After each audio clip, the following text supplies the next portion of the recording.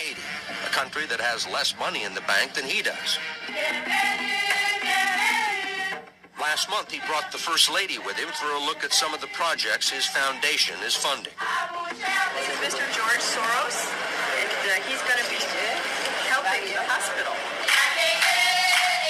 This year, Soros plans to give away almost $500 million around the world. Everyone knows, of course, Hillary's belief that it takes a village, which only makes sense, after all, in places like Haiti, where she's taken a number of them.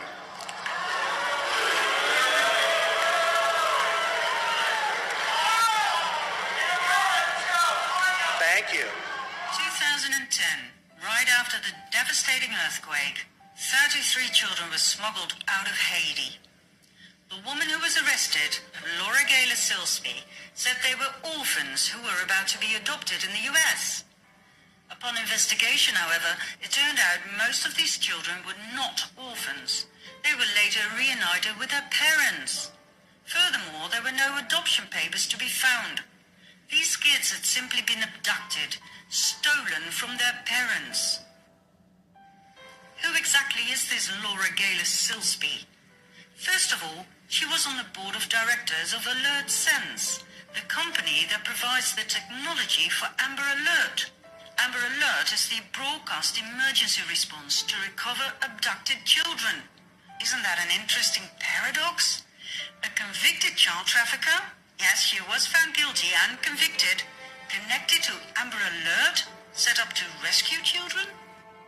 Secondly, this lady is the founder of the Baptist organization New Life Children's Refuge, an orphan rescue mission for Haiti. Sounds to me like she had a ways to smuggle children out of the country real easy. Nice cover. Last but not least, she's a close friend of the Clintons, who immediately paid for a lawyer, Jorge Puello, who himself is a convicted pedophile. He was arrested and convicted for leading an international human trafficking ring involving women and children. All of this came out into the open thanks to WikiLeaks that published the secret emails between the Clintons and Laura Gayler Silsby. Let's continue with Haiti some more before moving on, shall we? Haiti was put in the limelight once again with the Oxfam scandal. Oxfam, known for its shops throughout the world for empowering women and for fighting poverty, was banned from Haiti following the 2010 earthquake. There were orgies with prostitutes, some of which were underage. In other words, with children. Leaked emails further confirm that $3 million were diverted from Haitian relief funds via the Clinton Foundation to pay for Chelsea's extravagant 2010 wedding.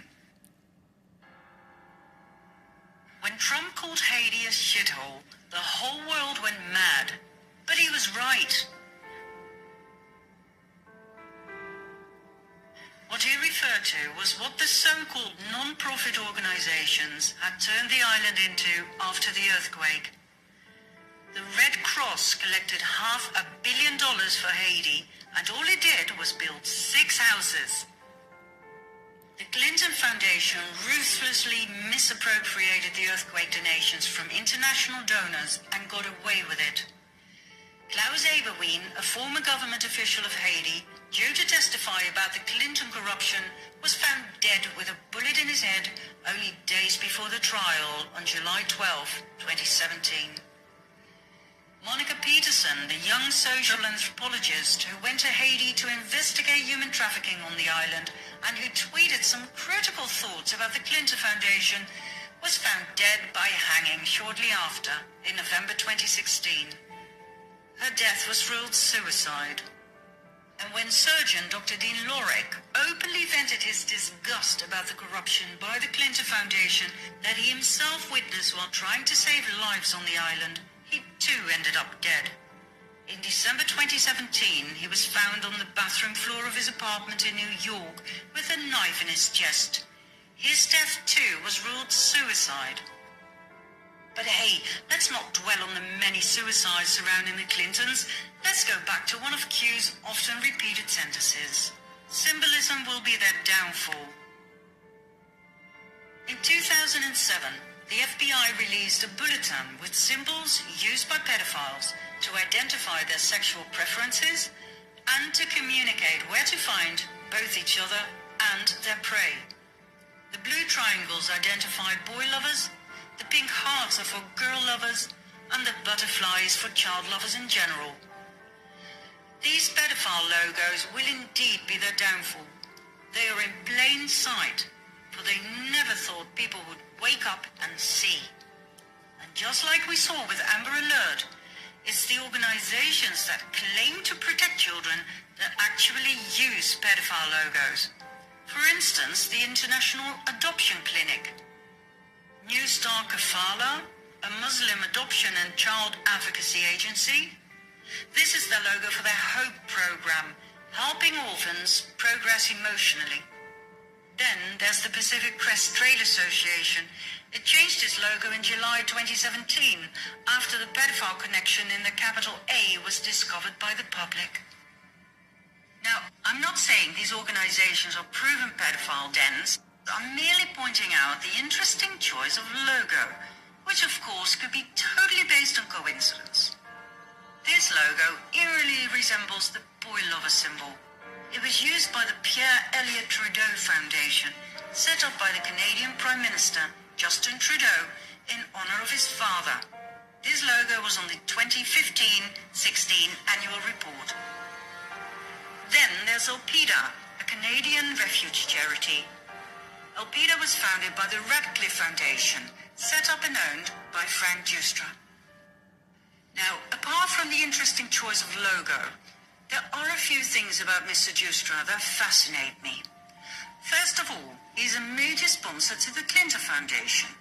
We're talking $100 million and more. He loved going to Haiti with the Clintons. And he founded the Boys Club Network for boys between 12 and 18 seeking connection and mentorship. His co-founder is Jim Crescenzo, a teacher from Vancouver who received an Excellence Award from none other than Justin Trudeau. Now, once again, I'm sure this is just coincidence. But what is it that Q keeps saying about coincidence? How many coincidences before mathematically impossible? For someone who claims to be a decent family man, Justin Trudeau sure has some interesting friends.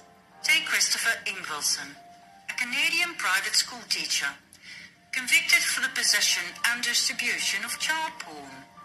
For many years he was Trudeau's friend and roommate. Then there's his best friend Peter Dalgleish, the world-renowned humanitarian who was caught in the act in Nepal with 2 children aged 12 and 14. He was the founder of Street Kids International and the Trails Youth Initiative program. Now, I'm sure these programs do great things for kids, but why choose pedophile logos?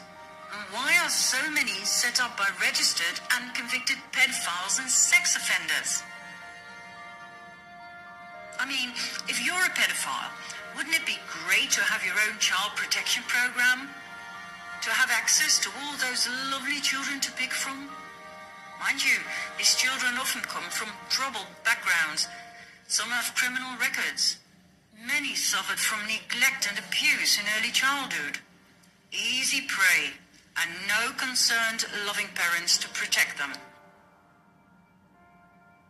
I mean, look at CPS, the Child Protective Services, exposed in 2007 for legally kidnapping and selling children for adoption out of foster care.